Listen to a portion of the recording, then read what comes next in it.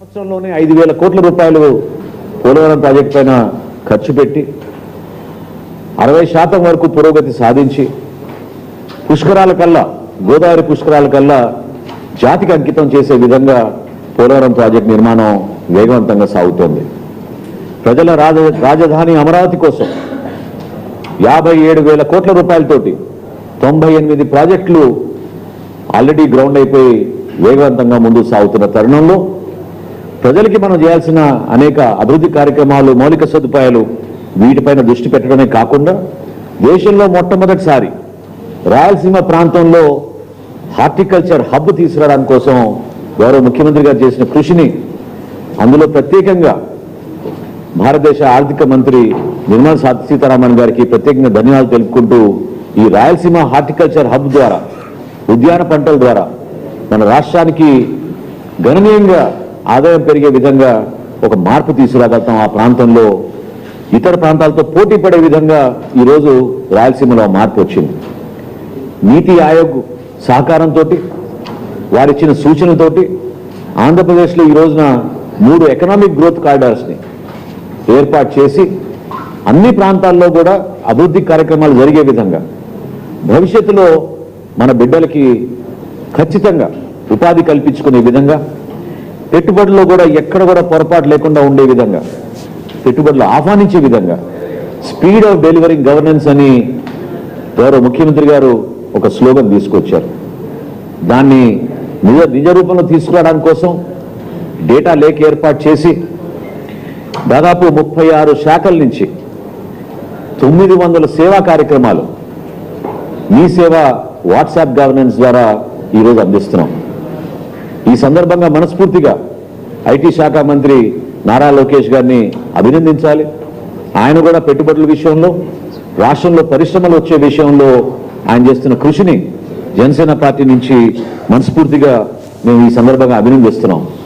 ఈ ఆలోచనలతో పాటు వర్తమాన రాజకీయాల్లో ఎవరు ఊహించని విధంగా, ఎవరు ఆలోచించలేని విధంగా గౌరవ ముఖ్యమంత్రి గారు చంద్రబాబు నాయుడు గారు ఒక వెల్త్ ఫండ్, ఆంధ్రప్రదేశ్కి వెల్త్ ఫండ్, ఒక సావరిన్ ఫండ్ 100 కోట్ల రూపాయలతోటి మొట్టమొదటిసారి భారతదేశంలో ఇటువంటి ఆలోచనతోటి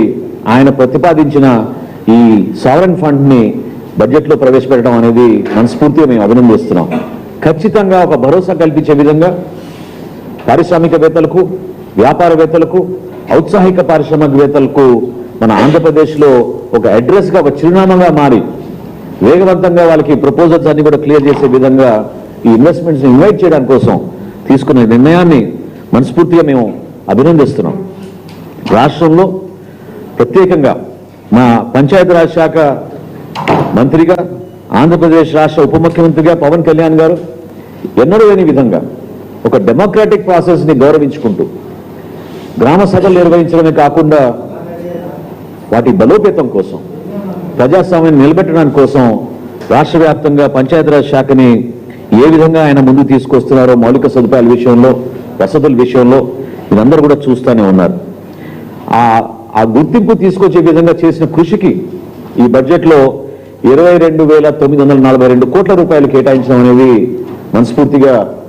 ఉప ముఖ్యమంత్రి గారు పవన్ కళ్యాణ్ గారు చేసిన కృషిని ఈ సందర్భంగా మీ అందరం కూడా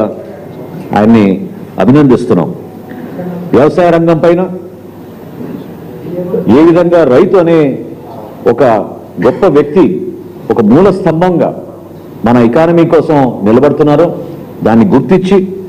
ఈరోజు ప్రత్యేకంగా వ్యవసాయ రంగం గురించి, ఉద్యాన పంటల గురించి,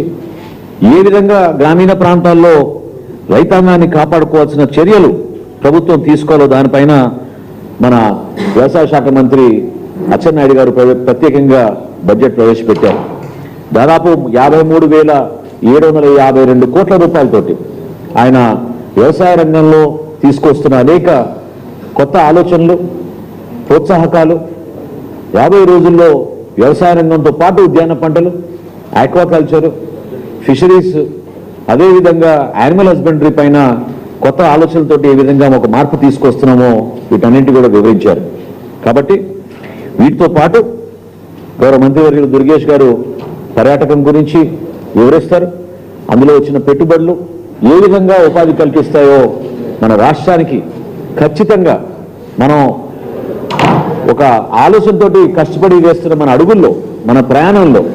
మరింత బలోపేతం చేసేందుకు ఈరోజు